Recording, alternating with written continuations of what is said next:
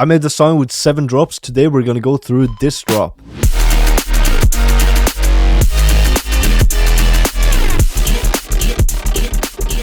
In the last video we went through this one.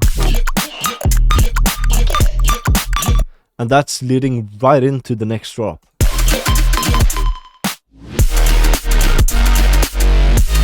We got a new snare, but we have the same kick. Also the same ambience. And then we got a new ambience.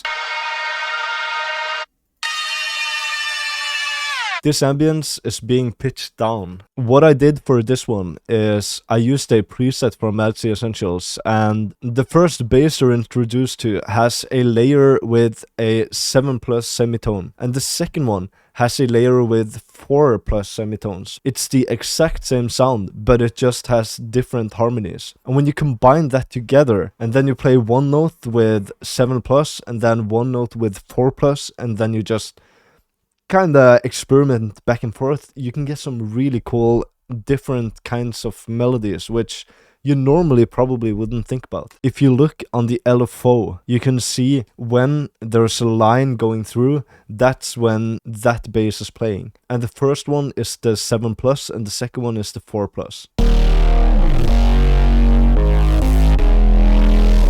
And then it goes back to D sharp with the LFO bass, which you might recognize from one of the other drops. When it comes to the B part, I was not really sure what to do, so I just played a D sharp major.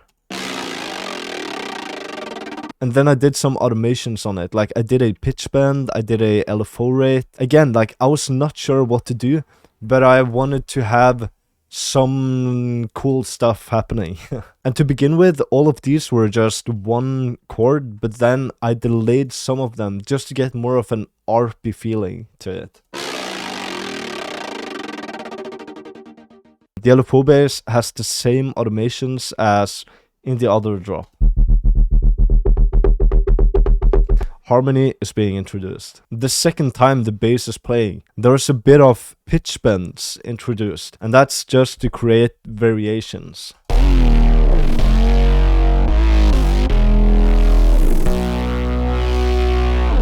And now we're getting to a fun part. I love these chords at the end.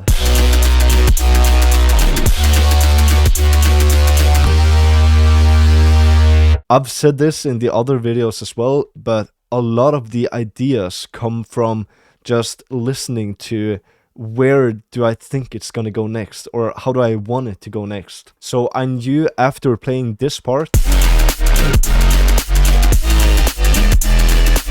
something has to happen. I don't want to play the same part over again, because then it would get boring. So instead of doing that, I went up with the chords.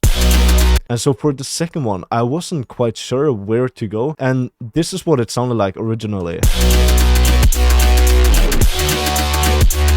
Like, it sounds okay, but when I was experimenting with the ambience, it just felt so natural to move the ambience up, and it's kind of like a happy accident. It just created something super cool, in my opinion.